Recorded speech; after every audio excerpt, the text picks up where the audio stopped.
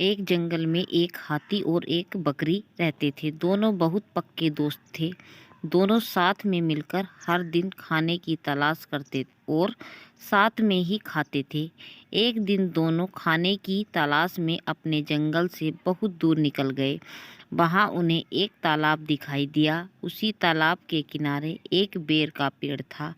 बेर का पेड़ देखकर हाथी और बकरी बहुत खुश हुए। वह दोनों बेर के पेड़ के पास गए।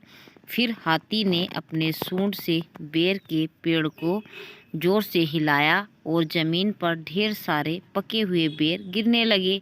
बकरी जल्दी जल्दी गिरे हुए बेरों को इकट्ठा करने लगी। संयोगवश उसी बेर के पेड़ पर एक चिड़िया का घोंसला भी था। उसमें चिड़िया का एक बच्चा सो रहा था और चिड़िया दाने की खोज में कहीं गई हुई थी। बेर का पेड़ जोर से हिलने के कारण चिड़िया का बच्चा घोंसले से बाहर तालाब में गिर पड़ा और डूबने लगा। चिड़िया के बच्चे को डूबता हुआ देखकर उसे बचाने के लिए बकरी तालाब में कूद गई, लेकिन बकरी को तैरना नहीं आता था।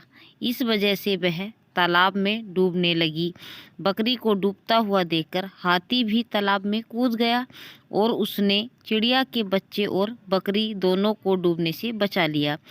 इतने में चिड़िया भी वहाँ पर आ गई थी और वह अपने बच्चे को सही सलामत देखकर बहुत खुश हुई।